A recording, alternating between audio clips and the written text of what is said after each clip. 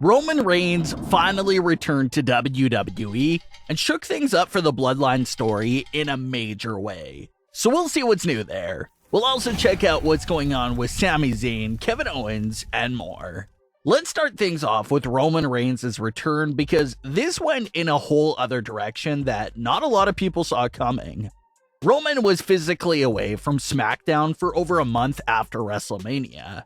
But despite not physically being there, the character was still being constantly included and present through his phone calls with Paul Heyman during all of the WWE shows. Whenever something was going wrong or something big happened with the Usos, Paul Heyman would call Roman and update him in real time about everything that was going down. There were several shots during those weeks of Paul Heyman quietly talking on the phone in the background of segments, and even other moments where he loudly made it known that he was on the phone with Roman. Paul Heyman truly was Roman's eyes and ears the whole entire time. So that's why, even though Roman wasn't physically there for those few weeks, he was still a heavy part of the show and had constant communication with Paul Heyman. Now, even though they didn't flat out tell us what Roman and Heyman were plotting, it's implied that Roman, Heyman, and Solo's plan was to kick the Usos out of the Bloodline with an attack from Solo Sikoa. All the context clues in the weeks that followed WrestleMania seem to be pointing to that scenario being Roman's big plan to take care of the Usos. He was frustrated with the Usos, ignored their calls and texts, and didn't even want to think about them. And remember that Roman and Heyman also pulled strings so that the Usos can be drafted separately from the Bloodline. Roman was hoping that the Usos would get drafted to Raw so that he didn't have to deal with them, or even be on the same brand as them at all. He was just so done with them in every way possible. But nothing worked. Everything Roman tried didn't really go according to plan. He tried to have Solo Sikoa take out the Usos and have his big moment, but that kept getting interfered with and never happened. And the Usos being drafted to SmackDown obviously ruined his WWE draft plan. Just nothing worked. So what will Roman Reigns do with the Usos now, and how has his agenda towards them changed in any way? Well, that brings us to the night of Roman's SmackDown return from May 12th. It was Roman's first appearance since the Raw after WrestleMania, so there were lots of things that Roman had to address and catch up on. The Bloodline comes out and everything seems normal for the most part. Even the Usos seem like their normal selves, and nothing appears to be bothering them. But then, Roman starts speaking, and the mood in the ring definitely starts to shift. Roman showers Solo Sikoa with praise for holding things down over the last few weeks, and how Solo took care of their issues with ease. But Solo opens his mouth and tells Roman that the Kevin Owens and Sami Zayn problem is still alive. Roman answers Solo Sikoa by saying that the real problem are his brothers, Jimmy and Jey. Roman questions the Usos and asks them if they really thought they were going to get away with losing their tag team titles in the main event of WrestleMania. Roman then points out how they begged for a title rematch, dedicated it to Roman, and then still lost. Roman was offended by this for several reasons.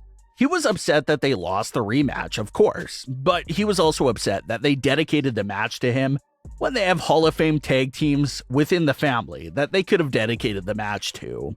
So Roman took offense to that as well, and thought it was highly disrespectful to the legendary tag teams within the Bloodline. Roman says that he was just trying to take some time away for himself and leave for a bit. But the only thing the Usos have done since Roman left was misrepresent the family and embarrass him. So as a result of that, Roman wants an apology from the Usos, but they both hesitate to give him what he wants. Jimmy smiles it off, but that only angers Roman even more, and he ends up shoving Jimmy in the face. And before Jimmy can come right back in Roman's face, Jey Uso steps in between and apologizes on behalf of both of them. And this was a big moment here, because we once again see that same theme of Jey coming to the rescue of his brother. When Jey walked away from the Bloodline after Royal Rumble, remember that Jey only came back after Roman threatened to do something to Jimmy. So Jey came back in order to keep his brother safe back then, and same exact situation here. Jey obviously didn't mean it. He didn't want to apologize to Roman. He can't stand Roman at all. But he read the room and saw where everything was headed, and how Jimmy could have done something big towards Roman that he would have later regretted. Jey has been there before. He knows what that's like. So Jey sucked up his personal feelings and just half-heartedly apologized to once again save his brother from Roman. The Usos ask for one more shot to get back the tag team titles back in the Bloodline and fix all their issues. And Roman says that Heyman did pull some strings about that. The Usos get all hyped up and excited, thinking they're going to get one last opportunity to make things right and take down Kevin Owens and Sami Zayn. But that's when Roman and Heyman reveal the big twist to Jimmy and Jey. The Usos won't be the ones getting the tag team titles match with Kevin Owens and Sami Zayn at Night of Champions. Instead, it'll be Solo Sikoa and Roman Reigns challenging Kevin and Sami for the tag team titles. Roman has seen enough failure from the Usos, so he figures that if he wants to get those tag team titles back into the possession of the Bloodline, he's gonna have to take matters into his own hands and bring his new right-hand man, Solo Sikoa, with him for the battle. So it's a huge match and a twist that no one saw coming. Fans were just starting to complain about the Usos versus Kevin Owens and Sami Zayn, and how it was starting to get dull and drag on. But throwing them in the ring with Roman and Solo obviously changes everything and makes it more interesting for several big reasons. No one expects Kevin and Sami to lose their tag team titles this early into their title reign. But on the other hand, both Roman and Solo can't really afford to take a pinfall loss right now. So that brings us to some theory ideas for what kind of shenanigans and screwy finishes we could see at Night of Champions. Because after all, it's a title match involving the Bloodline. You just know it'll include a screwy finish and interference of some kind. So one popular theory going around is that Jimmy and Jey will accidentally cost Roman and Solo the title match. Maybe the Usos are out there to genuinely try and assist Roman and Solo in winning back the tag team titles for the Bloodline. But they accidentally make a big blunder that ends up actually accidentally assisting Sami and Kevin into retaining their titles. And even if it's a real accident, everyone knows how bad of a look it'll be for the Usos from Roman's eyes.